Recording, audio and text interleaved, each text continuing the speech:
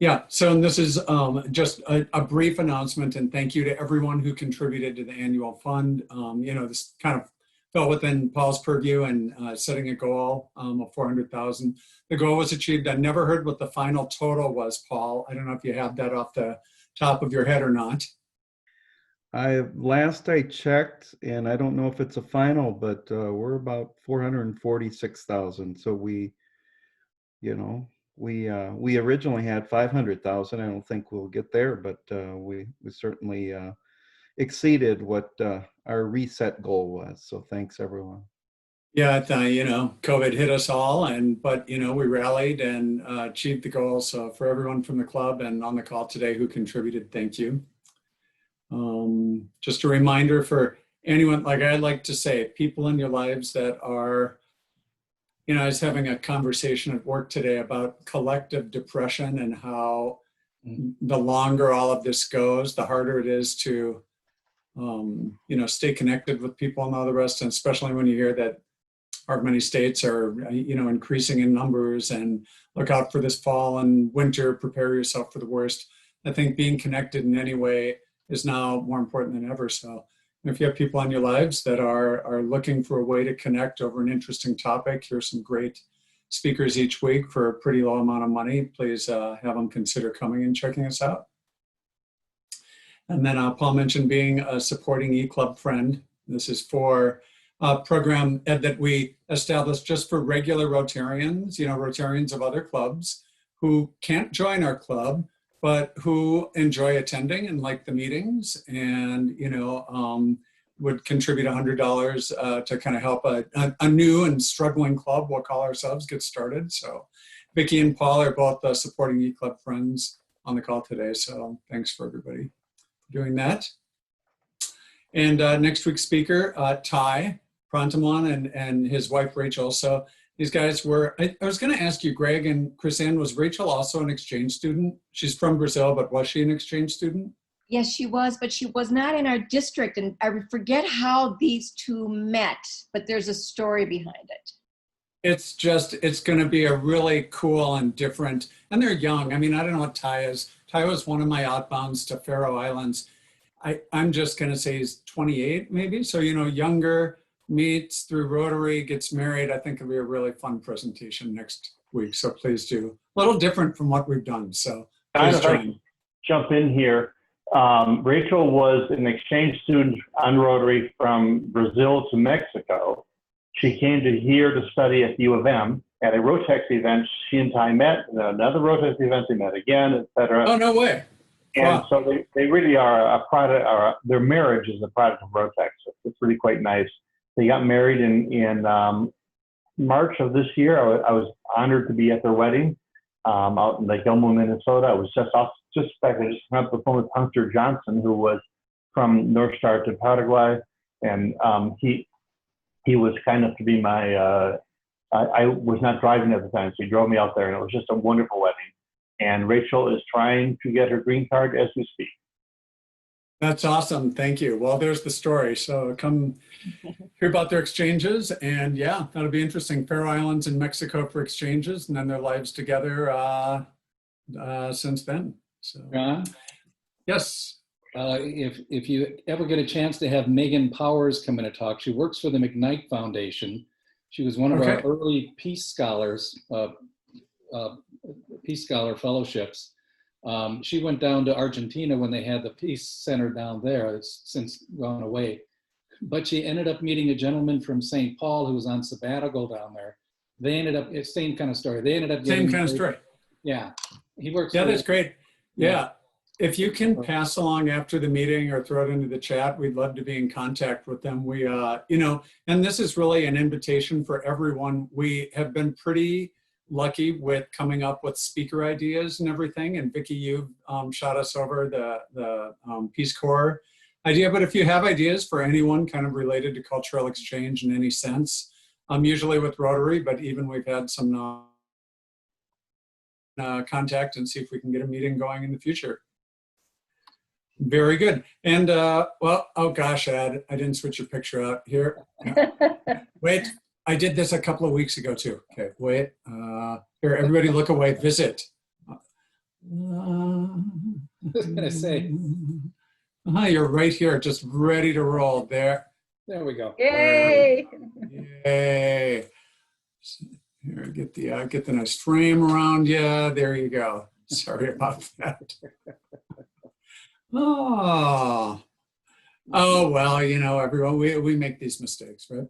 So, yeah, so welcome, Ed, and thanks for agreeing to speak, and just really super pleased to have you here with our new club. But I think a visit from a DG is always quite the big deal, and we're just honored that you would spend the time with us. Well, thanks for having me. I do have to say that I've been to a couple of your other meetings where there were tons of people, but I know District Governor visits usually depress attendance numbers. So. Well, actually, this has, I think, been kind of par for the course over the summer. So I'm gonna just say people are busy in the summer, they're out and about, and yes, don't take anything personally, Ed. No, I don't. Okay, good. No, but it's fun to be back, and it's great that you guys are used to Zoom. That's become the new way of life here in Rotary, it seems. And actually, Rotary International is still recommending that clubs meet virtually, is their official recommendation. But clubs being autonomous and making their own decisions, some have started to come together. So we've sent out some to club presidents. We've sent out information on how to do hybrid meetings and stay safe and make sure you're socially distancing and all of that sort of thing. So, but I've been really amazed at how seriously Rotary International has been dealing with the pandemic. In March, they immediately suspended all travel by our staff and senior leadership through the end of this year, December 31st. And as I said, they're still recommending virtual, cancel, or postpone meetings. They also recommend following guidance from local governments. And now we've got Winona, Rochester, Mankato, St. Paul, in our district at least, all requiring masks in public places. So it's starting to come along that way. And it's interesting because they're also concerned beyond the end of the year. I recently received an email from our RI President Holgar recommending that our conference of clubs next spring be held virtually, which it will be. I've talked to Tom Gump, who is my counterpart in 5950, and the two of us, I grew up in 5950. It was Nashakapi Club and then Eden Prairie.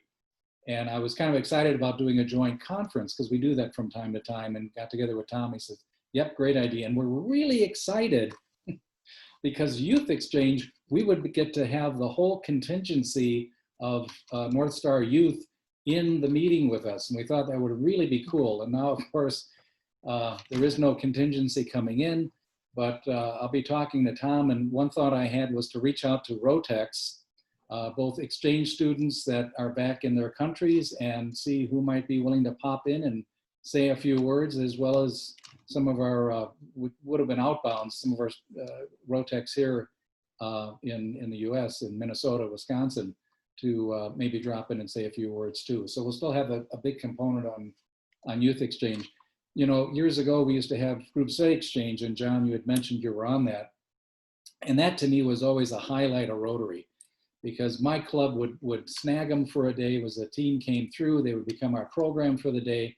We'd take and show them around the Mississippi River there in St. Paul, take them over to the Science Museum, learning more about the river.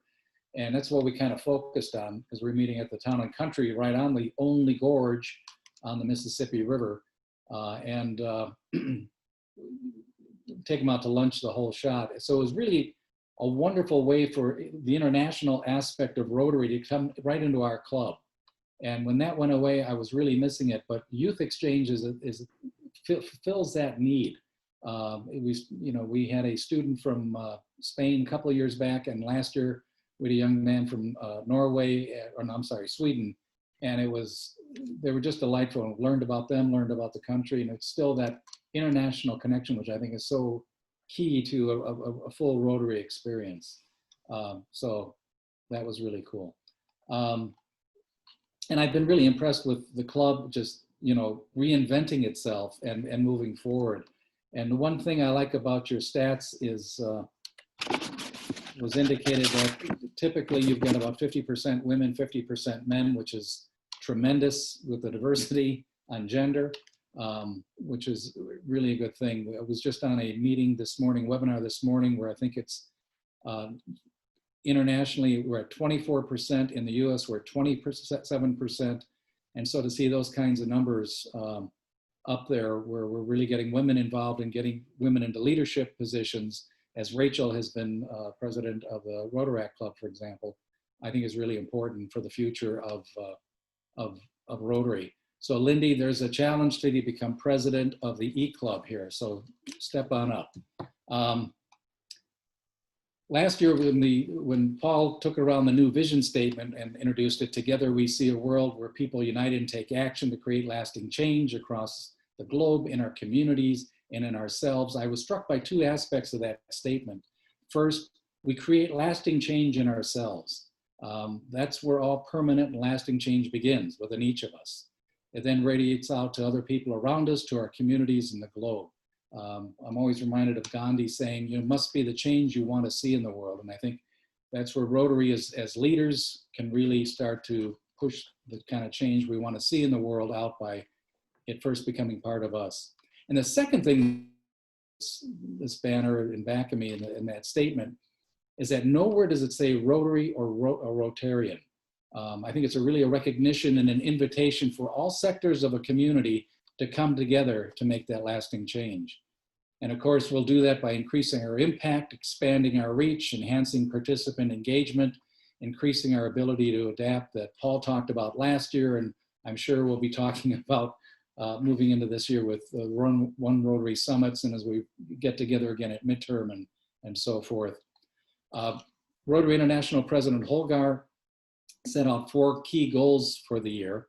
The first is to actively work at creating new innovative club models, and clubs can help us expand by creating satellite clubs, offering clubs at club meetings at a different time and inviting in new folks. You guys are kind of unique in that you're, being a eClub, you're kind of in that fold already, and so we won't hitch up too much on that one. Second, every club should host at least one strategic meeting each year at which you're going to ask, what do we want to be like in 5 years and how are we going to get there? What value do we bring to our members? And you need to select somebody to really lead that effort. I know in my club, we did that about 3-4 years ago now, went through the visioning process that the district offers, and came up with a direction we wanted to head. And we had somebody who stepped up and said, well, I'll be the champion for this. And by God, Paul Kotz was up there in front of us every quarter saying, all right, here's what we agreed to do. Here's what we've accomplished. Here's what we've yet to accomplish, and just kept it alive and in front of us, because otherwise it sits on a shelf and nothing happens. And I do want to put in a plug for our district visioning team. They have been working hard. They've created a virtual club visioning session now, which really works very well. And if you've ever been through one of the visioning sessions, typically, I don't know, Rachel, we had done one for the Rotary Club about a year ago. You're standing there at the posters with everything written down, all the potential goals, potential directions you can head in, with stickers, placing them on there. And on here, you just do it with a Google form, and it works really slick, and you don't have to wait for anybody. It really moves the process along. But do check out the visioning team if you haven't done that, and talk to them about scheduling one of those. Yeah, I think Dave Schaefer, is he Woodbury Club? Is he part of visioning? Yeah, he's the guy leading the charge on it. Yep. Yep. So I've been in contact with him about. I mean, we're a teeny tiny club, but maybe there's no better time to do some visioning than right on the outset. So it really sets out some goals, and invite some of the folks that come in from time to time to kick in some ideas in that. And you might be surprised, it could really energize some people who are kind of sitting on the fence that may just jump in and be part of it. They do a great job with it too. yeah, thank you. Thanks. It works. Select new members carefully. Make sure they're a good fit with your club, your direction, what you want to accomplish, and that the club is going to meet their expectations as well. It's always a two-way street that way. And fourth, and I think probably most importantly, in my book at least, with Holgar, he said to continue your club's efforts to end polio by donating to End Polio Now, by hosting a World Polio Day event in October, or maybe you want to do it in January with Paul and jump in a river somewhere. But he said, and this really got to me, he said, we must fulfill the promise that we made to the children of this world to eradicate polio. He also shared a quote from Paul Harris. He said, Paul Harris had written, if Rotary is to realize its proper destiny, it must be evolutionary at times and revolutionary on occasion. And Holgar suggested that this is one of those times to be bold and make revolutionary change. And keep in mind, he said this pre-COVID, it was just starting to crop up. Now, post-COVID, we're in a time of rapid change. We have COVID, the killing of George Floyd in Minneapolis, and then that elevated the whole dialogue on systemic racism, which was the meeting that Paul and Vicky and Rachel and I all just came from. And that dialogue on systemic racism is not only in this country, but it's across the globe. I think we're really at an inflection point on this across the globe. And of course, we have a contentious election ahead of us, and that's going to be a bumpy ride as well. And I really feel Rotary can play a pivotal role in these times by doing what we do best, bringing people together, solving the problems, and really creating goodwill and building peace throughout our country. One of the things we've been working with the ethics team is Braver Angels, which is working to depolarize the country and having civil conversations across the political divide. And that's another group you may want to have come in and do a presentation at some point. Braver Angels, there's a lot of good work they're doing there. Our membership brings together and values diversity of thought and perspective, which really positions us to better solve these challenges than other groups. And as I mentioned in my comments at the installation, which was virtual, everything's virtual, what impressed me the most about Rotary when I first joined is that it goes beyond politics, governments, religions, all of the institutions that have a tendency to divide us. And instead we focus in on our common humanity and make a difference in the lives of others. I stated my #1 goal at the installation also is that Rotary remain relevant. And we can go back to Paul Harris, who also said it's well that there is nothing in Rotary so sacred that it cannot be set aside in favor of things better. This is an experimental age in a changing world, and all things which are worthwhile and progressive are the cumulative effects of preceding successes and failures. And once again, we're in this time of great change. And we need to be embracing those changes that are occurring if we're going to be able to bring in and nurture the next generation of leaders. Which brings us on to membership. Holger envisions creating new clubs as the path to growth. And our sister district, 5950, their experience is that in their existing clubs last year, they brought in a net gain of 5 members last year. During that same time, they created 3 new innovative clubs, which brought in 75 new members, 60 of whom were brand new to Rotary. Some of them were returning Rotarians. A couple of folks defected from an existing club and moved in, but for the most part, they were all brand new to Rotary, which was a great way to bring them in. And I think you playing that same kind of a role where you're now focusing in on a specific area of interest. It fits right in with the success that they've been having. The presidents that attended our NC Pets training down in Rochester, had the opportunity to explore the new club models, up front and close. We had a wonderful exercise up close and personal. They had a wonderful exercise that allowed them to play around with them. And our plan was to offer that training again at Paul's Conference of Clubs, but unfortunately that was canceled. But the membership team will be inviting your membership chair into quarterly Zoom roundtables to share ideas, surface concerns, and issues that you may be dealing with, and explore those innovative club models. So do take advantage of those meetings when they're offered up. Steve Griffith, a membership team leader, feels as I do that the key to membership and retention is service. The upcoming generation is more interested in using their time in service and accomplishing goals versus having meals together and listening to speakers. Recommend that actually Paul gifted to me when he became our district governor. It's by John Kaufman, and I believe you had him speak here a while back, if I'm not mistaken, because I think I jumped in on that meeting. It's A Long Walk on a Dry Road, and it tells his story of building an NGO whose goal was to bring sustainably clean water to communities in other parts of the world. Well, as he did that, he quickly realized that it would take him years to raise enough money to get it off the ground. So he looked around for a solution, and he found a turnkey organization to make his dream come true. He joined Rotary, and he's doing something, or was doing something like 6 or 7 installations a year before COVID hit. But when you think about it, he didn't join Rotary. Rotary joined him. I shared this perspective with a couple of potential members to our club before they signed up. I asked them the question, what are you passionate about? What would you like to see changed in the community or in the world? And where do you want to make a difference? Let Rotary join you in that effort. And when you have new members coming in with a passion for service and a goal in mind, they become the champion for that effort. And that's how goals get accomplished, having those champions. So it's wise to play to people's strengths, give them the opportunity to leave, and I think that's the key to retention. Talk about the foundation, and you already mentioned that, the Push 400K campaign here at the end of the year to really kind of get us back on track. And a number I had was about 445,000 towards that thing. Thank you so much for participating. Kyle pointed out that every club in the district participated in that, and that was stupendous, that everyone really jumped in and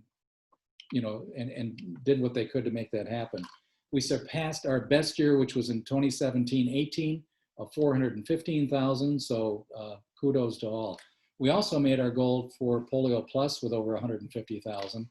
And on top of that, we ended up helping out with the COVID-19 monies that we got. And, we're making a difference there, helping our communities, typically with food challenges that we're facing in the community. Foundation team moving forward is going to use new fun ways to give more, making it more compelling to make larger commitments. Why is this important? Well, it's not for the sake of hitting getting more money in the door and hitting goals and looking good. It's really about the good we do. Realize that gifts to the foundation translate into the projects that support the now 7 focus groups that Rotary has established. So we're all familiar with disease prevention and treatment, which is why I kind of harp on COVID, because we're in the business of disease prevention and treatment. Water, sanitation, and hygiene is another one, maternal and child health, basic education and literacy, community, economic development. The brand new one is environment, which will get rolled out in the next year when Kenny Closter comes on board as our district governor. And all those 6 all flow into supporting the last one, which is peace and conflict prevention resolution. And all 7 of Rotary's focus areas now underpin the concept of positive peace, which I'll talk about a little bit later. Why is there such a focus on supporting the foundation? Our clubs are proposing more projects, and that has been outstripping the funds we have available for matches. So we end up only being able to match 78 cents on the dollar that your club may contribute. We want to be able to match dollar for dollar. So there's 3 ways you and the club can help. First, E-Ray, every Rotarian every year. We ask that the Rotary Foundation becomes one of your charities of choice. The foundation has an outstanding record on stewardship and accountability. For 12 consecutive years, it has earned a 4-star rating. And there's only been 1% of the charities that Charity Navigator evaluates that have received that 12 consecutive 4-star ratings. It's a big deal. Most of my career was spent in the nonprofit arena as a fundraiser, and I can tell you, no questions asked, this is a tremendous accomplishment. Plus, you can direct how the money is spent into one of those 7 focus areas. You can put it into Polio Plus, or throw it into the annual fund where it'll come back to the district and to your club to support your own project idea. When everyone makes a contribution that works for them, everyone throws in something, it makes the foundation that much stronger, and we accomplish that much more in the world. There's an old Russian proverb that says, if everyone gives up a thread, the poor man will have a shirt. So please consider being part of an E-Ray club. We're going to have a new category of giving this year. Rather than $100 a year, $365, which is $1 a day. Giving $1 a day to the Rotary Foundation is going to go a long way to covering that gap in the grants match. Or if you prefer and can afford to, consider becoming a member of the Paul Harris Society. That's $20 a week. That leads to an annual contribution of $1,000 to the foundation and a Paul Harris Fellow or a Fellow Plus recognition and our gratitude. We currently have about 170 members in the district that are Paul Harris Society members. When I read the Rotarian each month and see what other clubs are doing, I used to think, how cool, our club should be doing that. But being a small club, we've got 27 members in my club. There's only so much you can do and so much you can accomplish. Then I realized, wait a minute, we are doing that project because we support the Rotary Foundation. We're standing right there alongside that Rotary Club in Colorado or India or the Philippines or wherever Rotarians are doing good. We are one Rotary. In public image, telling our stories. That's the important thing. Letting the community know what we're accomplishing. It used to be somewhat easier when newspapers were thriving. Today, we need to look towards social media as the way to get the word out. For example, I received an email from a woman I know who attended the virtual installation a couple of weeks back, and she's not part of Rotary, but she wrote, "It was interesting to find out all the important work that Rotary does and that women can be in the club too. You're surrounded by good, caring people putting good energy into the world. That's the place to be. After watching so much news lately, it felt grounding and confirming to listen to all the positive vibes being shared by your group." She went on, "Unfortunately, my health prevents me from volunteering, but now that I'm aware of what Rotary is doing and no politics or religion, I would be honored to make a donation." And she did. One newer area that I would encourage clubs to explore is the concept of positive peace. And we talked about that a little bit earlier because of the our 7 focus areas feed into this. And it comes along with a partnership with the Institute of Economics and Peace. And you can find out more about them on Rotary.org. They were formed in 2007, and they formulated 23 indicators that determine how peaceful a country is. Those 23 indicators are distilled down into 8 elements of peace, which illustrate how much positive peace a country is experiencing. Basically, the better the score, the more peaceful the country. When citizens are supported and their needs are being met, we eliminate the need for conflict. Rotary Foundation's 7 focus areas feed into those 8 elements. So it was natural for the 2 organizations to pair up for their common goal of world peace. Rotary has created a PowerPoint presentation complete with script for clubs to use for a program.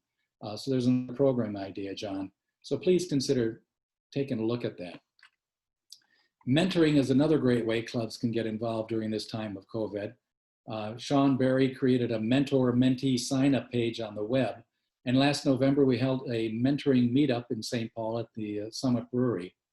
Rotaractors, Rotechs, and Rotarians were invited to sign up and indicated what field they had knowledge of or were interested in learning more about. There were some great conversations and connections made. We had planned to do another round this spring, but the quarantine intervened. So we're developing a system where Rotechs, Rotaractors, younger Rotarians will be paired with Rotarians to connect on their own. And if you haven't signed up yet as a mentor or a mentee, please consider doing it today. It's a great way to give vocational service. You can find the link for that on our district website. Rotary's action steps to the strategic plan include expanding our reach, enhancing participant engagement, and remaining relevant. Well, here are 2 ways that they're doing this. And they just had a webinar earlier today that some of us had attended on exactly this, on diversity, equity, and inclusion.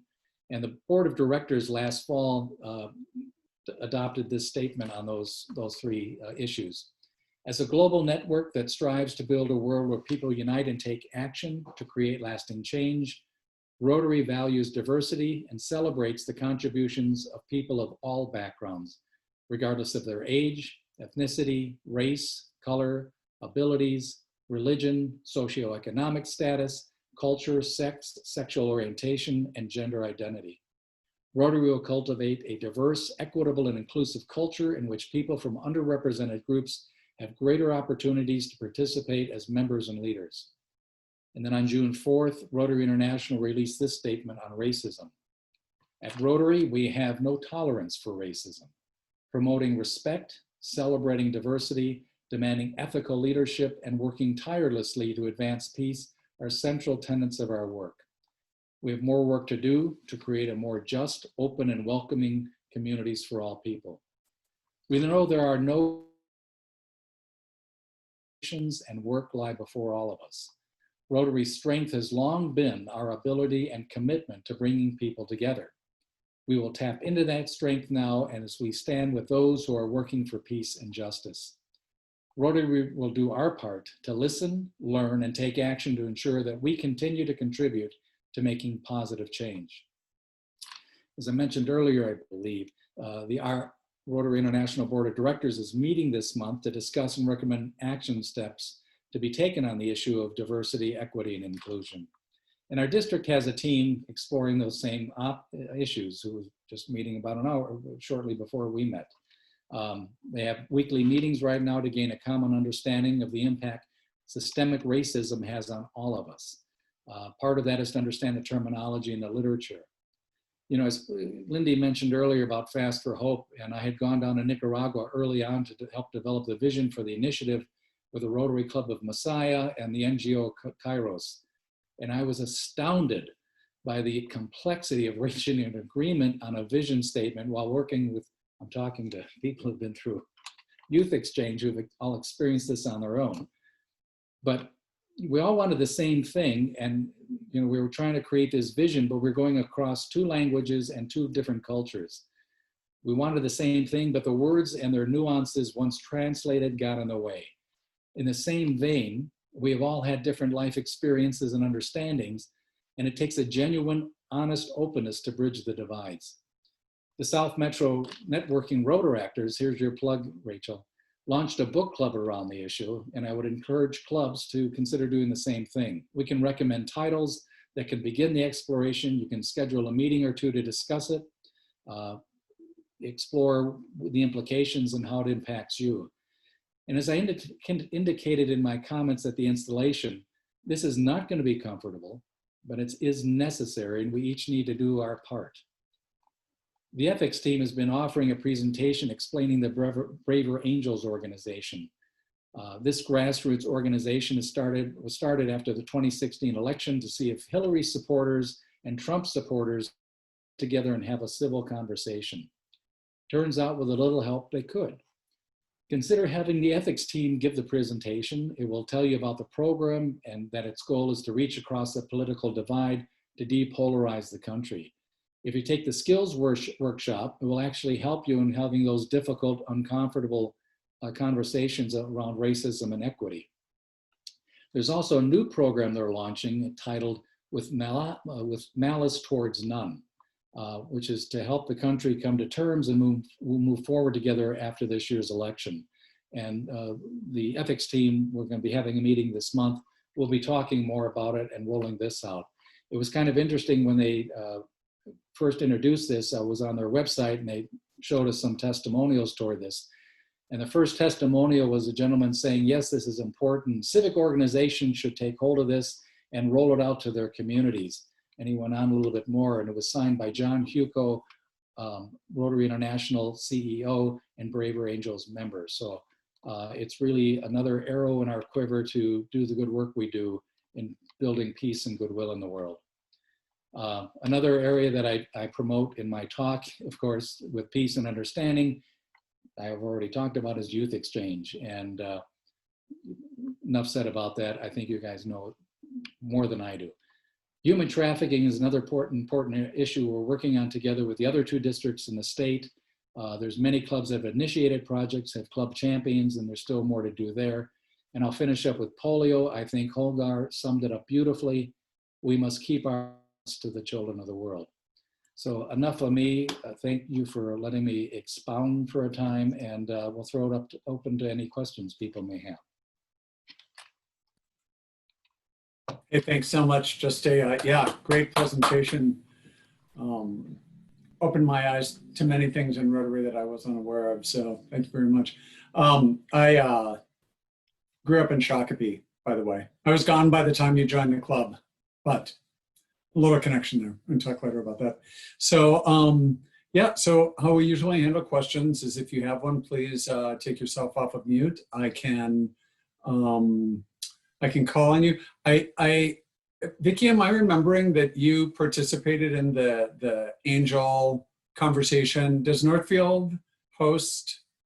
Am I remembering? I feel like I'm remembering. Yes, I did early on when they were just sort of beginning, and it was before Ed and Bruce Moreland got involved with it. I did participate, and it was before the 2018 election, I think it was. So Right. In 2018, Vicki, we did a training across the district. We held in Northfield, in Roseville, and up in New Richmond, Wisconsin. Same evening, we had about 100 Rotarians participate. It was a skills training, which is a great one to do. It's basically taking family counseling skills and putting it into the political arena. And it's been pointed out, and I've tested this, is that around the Thanksgiving dinner table, it's really helpful. You have kind of a diverse backgrounds coming together, and people start expounding about this, that, or the other thing. So. Thanks for bringing that up. I'm just speaking about myself, but I personally can get myself into quite a upset tizzy over the whole thing and differences and how can people think one way or the other. So I don't know if that's occurring in the upcoming, before the election. I would be personally interested in that because I could use some help. And they're starting to do online trainings. It's all in person, but they're figuring out how to do it online.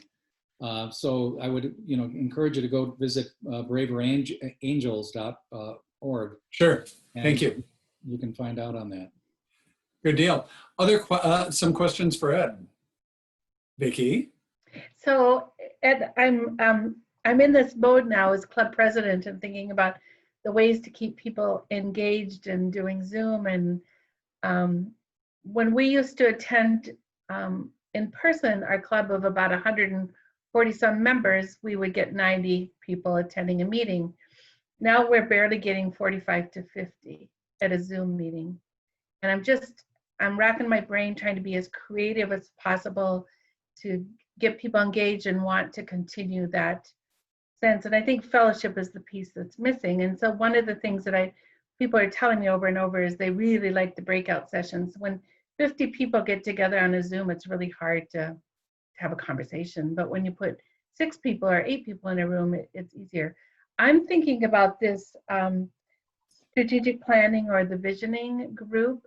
Do you think that they would be able to adapt that to a meeting time and be in breakout groups with our people and lead discussions? Yeah, I'm not sure they're still trying to figure out the limit to how many people to get involved total. Typically, when they've done the visioning in the past, it's been in a smaller club, you invite everybody. Right. If you get 15, hooray. Yeah. In larger clubs, they used to just bring in like the board leadership and then maybe 1 or 2 others to give you somewhat of a cross section of your club. With this, I'm not sure how much they want to do. And the way it works is they come into the club meeting first. So they will come into one of your regular meetings and present kind of the idea, the concept, pass out some of the information. There's a form people sign up, or fill out with questions and stuff. So it's that same idea. All right, we're 3 years into the future and your club has accomplished what? What is your club now known for 3 years later? And kind of put you into that kind of a mode.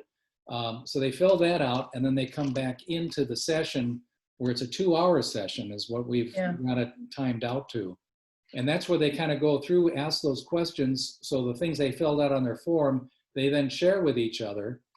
One person is busily typing into Google Forms so that it's all set to go when it comes time to voting. They can go in and just, all right, in this group, we've got 6 different items. So vote for 3 of them, and they can vote for 3 and then they go on to the next one. And then we, finish that up. We go through another session of voting with that to narrow it down a little bit further. So you're really kind of refining your goals in the future. And then they take that information, will come back into your club for another session, you know, like an hour long or whatever, and kind of run through those with you and let the whole club then kind of absorb what they talked about. Yeah. But Or talk maybe I to- can do some sort of adaptation. I really recommend it. It really jump-started our club. We were struggling with about 20 members. We did a visioning. We decided we didn't want to be in the country club anymore. We moved up to University Avenue, and part of our problem was we were a small club in a big town and weren't really connected to anything. And I said, you know, my experience in Shakopee, Eden Prairie, those clubs really, in Northfield, you do the same thing. You wrap your arms around your community and are really engaged. And we weren't really engaged in, so we adopted University Avenue, and that's our community now. Yeah. Up to 27 members, and it's been working great. And Vicki got our club jump-started again in Youth Exchange, so you can thank her for that. Mhm. Vicki has done that with many a club. Chris Ann. Ed, I've got a question for you. Tom Thorferson spoke to us about a month ago, and he said that new young members join Rotary because they want to serve. They want to Yep. make an impact. So do you have suggestions for a club like ours? An eClub. We don't meet face-to-face. What do you think? I think I was looking, doing some research on your potential projects, because that was something that was always running through my mind. How does an e-club come around a project in a community? Because being an e-club, you could, well, you're in Denver, you're in southeastern or southwestern Minnesota, you know, your membership and down to Winona, so you're really kind of scattered. So how do you come together? And I like what you all were coming up with on that. Potential projects include serving on board of directors for local nonprofit organizations, tutoring, literacy and math, mentoring a child, business mentoring in the community, and finding ways you can individually connect as a Rotarian in a community. Or if you're in a community, for example, in Winona or another town where there is another club, you could partner in with some of their things. But yeah, I'm still noodling that one. And I get together with district governors in our zone. So I'll bring that up and see what other clubs that are e-clubs, how they're handling that. And any information I get, I'll be happy to share, you know, bring back. Great. Paul, you got anything to add on that? I do not, but I have a question for you. I figured you would. So with the future of the youth exchange for this year in limbo, I know there's some possibilities in January, but I'm not sure how that's going to look or if that's going to come to fruition. So what's the North Star doing as far as revamping and kind of this downtime? And I know we're still going to promote for next year. So Still moving ahead to promote for next year. It was quite the trying year and traumatic year for Youth Exchange, for North Star particularly, with the loss of Colleen, who was a longtime staffer, so devoted to this, to Youth Exchange, and the institutional memory she had, you know, having been in it was all gone. And so Melanie DeLuca just stepped up and just did a tremendous job of really pulling, you know, holding everything together and keeping it moving forward. Then of course COVID hit and all the exchanges were shortened. We had sent a young woman off to Japan, and she was really disappointed because she got a call saying you may be leaving very soon, and it was like the next day. So she didn't get to say goodbye to her classmates, and you know, I mean, it's traumatic enough at the end of your. I'm speaking to the choir. I feel so. God. You know, it's traumatic enough saying goodbye at the end of a normal year, and then to get it cut short, I think is just adds another layer to that. And so I was happy to hear that they still are going to do some sort of a rebound weekend you know, through Zoom or whatever, so that people can kind of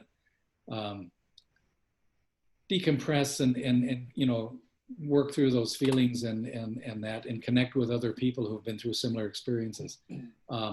They're also looking at really kind of streamlining things. You know, when you're in the middle of things year after year, I know in my job running a nonprofit, you know, we can do things better, but when you're constantly hit with keeping it rolling, it's really tough to refine some of those things and find the time. I know I would preach to my staff, what we need to do, if any of us get hit by a bus, the things we're responsible for, we're going to lose that knowledge. Put it down in writing. And by God, they did. I didn't, but they did. You know, it was a good staff. They just had poor leadership. Didn't follow through. But they're doing, it's an opportunity to do that. Really kind of refine things. What isn't working so well? How can we streamline this? How can we make this a little bit more smoother? And then also they've hired on, I believe her name is Andrea, into Colleen's position. It's a little younger and is going to be exploring social media, because apparently the youth have left Facebook since the boomers have moved in, and they've moved on to newer platforms. So what we want to do is go and reach out to where the students are with information about youth exchange and the opportunity it can provide and all of that. Another important thing that I'm very excited about that North Star is doing is they're in the process of becoming a 501c3. They've been a C4. And apparently they were supposed to be a C3 as far as the State Department has been concerned, so we were out of compliance there. But more importantly, now going to the mode of being a C3 is they're going to be able to accept tax deductible donations. And the idea is to maybe start creating some scholarships for some students that may not have all the means to be able to do youth exchange, and kind of help supplement some of that. And I think that's really important to be able to offer that. You know, as we were talking about earlier with the inclusion statement from Rotary International, talking about not letting socioeconomic status be a hindrance into the Rotary experience. And I think that's something clubs should start looking at and addressing with our dues. And as we get more into this hybrid world of live meetings and Zoom meetings, because I don't think we're going to be leaving the online stuff moving forward, it may be some opportunities there to have people come into clubs and be able to reduce, you know, some of the club dues at least. That may be a barrier for people to come in and be able to give service to the community. So, and I think Tom talked about it, because I think I was on that meeting when he came in, talked about RI is even exploring ways where people can become Rotarians without even being a member of a club. So it's a brave new world.